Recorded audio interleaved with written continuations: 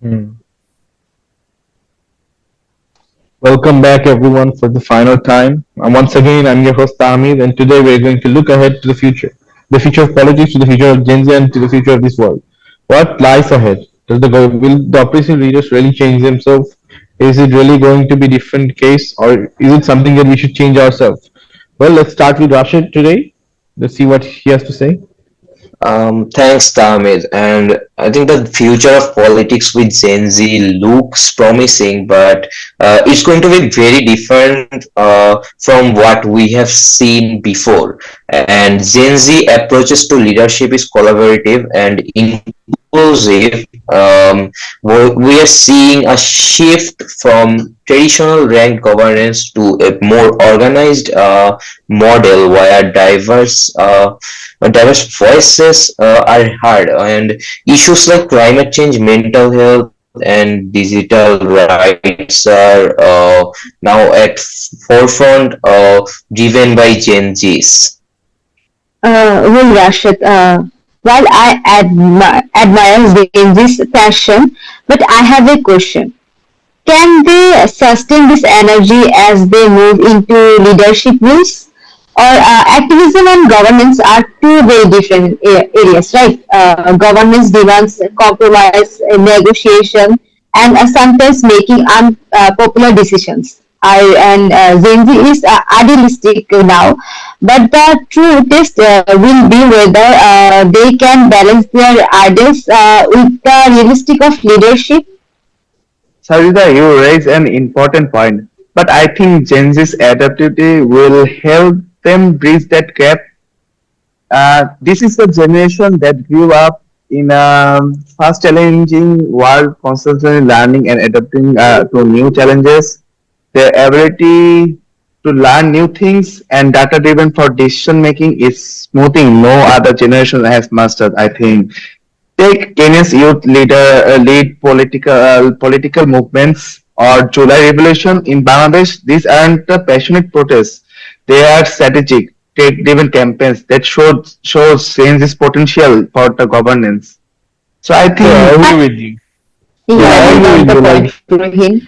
yeah, I think if you look at it, like we have a lot of technology now. Everyone is using different kinds of media. Like right now, we're using a Zoom call.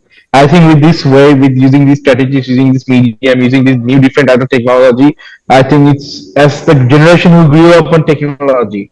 I think it's very easier for us than maybe let's say our older generation. I think it's far more easy for us to utilize these things that were given to us, these gifts. I prefer to call them gifts because I think technology is a good thing. I think using these things, we are able to hope for a better future. And I think we should plan ahead and use this technology, using platforms, use the different kind of media to make sure that the future that we aspire for is something that we can live in happiness. Yeah, exactly. Gen Z's ability to harness tech for strategic action sets them apart. They're not just reacting to the world. They're reshaping it with data innovation and a clear vision for the future. I agree. Gen Z is shaping the future of politics in two key ways, like by redefining leadership and rethinking priorities. They value authenticity, transparency, and accountability in leaders, qualities often missing in traditional politics, I guess. However, for Gen Z to fully realize its potential, there needs to be a focus on growth. Leadership development programs, access to resources, and mentorship from seasoned leaders will be crucial in preparing them for governance. Yeah, Yeah, also exactly, like Talma. Tamid. Seasoned leaders Uh, will be crucial and yeah. preparing for governance. It's true.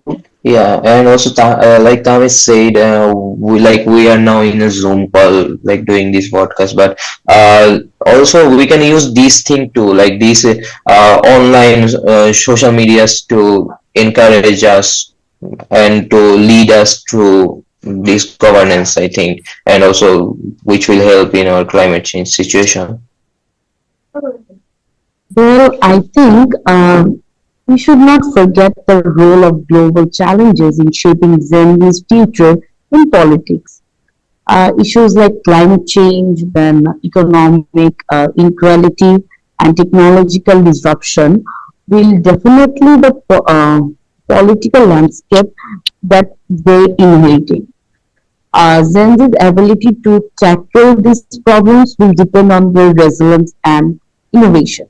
For example, young people leaders are already pioneering solutions like green politics and inclusive economic reforms. The challenges will be scaling those efforts to create lasting impact, I guess. While I admire the optimism, I think it's important to address the structural barriers Gen Z still faces. Despite their energy and ideas, they're often excluded from decision making spaces. If these barriers aren't addressed, the future of politics might still be dominated by the older, out of touch leaders. For Gen Z to grow, systematic change is necessary. Yeah, but I also believe that Gen Z has the tools to break these barriers. I mean, the social media, crowdfunding, and digital activism. They have already these things have already leveled the playing field to some extent, and the challenge is to form digital platforms to tangible political spaces. It's a slow process, but Gen Z's growth in politics is inevitable. I absolutely agree with you. True, but I think being able to make yeah, sure that wherever you're utilizing these spaces, we are able to make perfect use of them or make use of them as much as possible is a good thing for the future, and I think we should be able to utilize them at least for now. yeah, exactly, Tamid. It's true. But the real question is, what will this growth look like? Will Gen Z stick to activism and awareness, or will they create a new political framework altogether? I think the future of politics could be radically different with decorate governance models and blockchain-powered voting systems and global youth elements tackling transitional issues. The possibilities are endless, but they will require careful planning and execution. Sarita, that's an exciting vision, I think, and we are already seeing the seeds of it.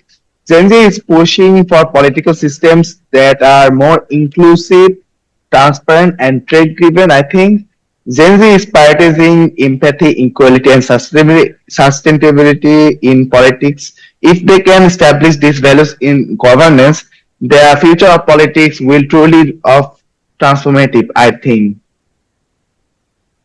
Absolutely, Rahim. But while digital tools are powerful, they can't replace real world connection. Then we needs to find ways to combine online activism with grassroots Yeah, faster like when all come together.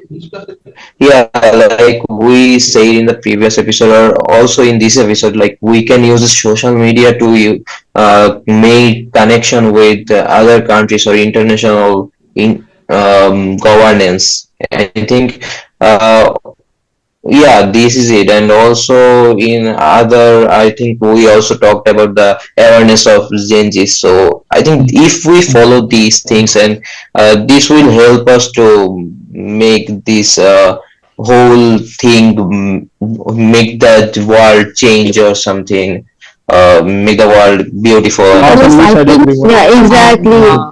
I You know, think, social media is a Gen Z big platform, so we can use it with, Yeah. and Gen Z is already using it. Yeah, yeah, yeah. Like we're using Facebook, Messenger, Instagram daily. Yeah, Yes, the Use it big daily. example is July Revolution.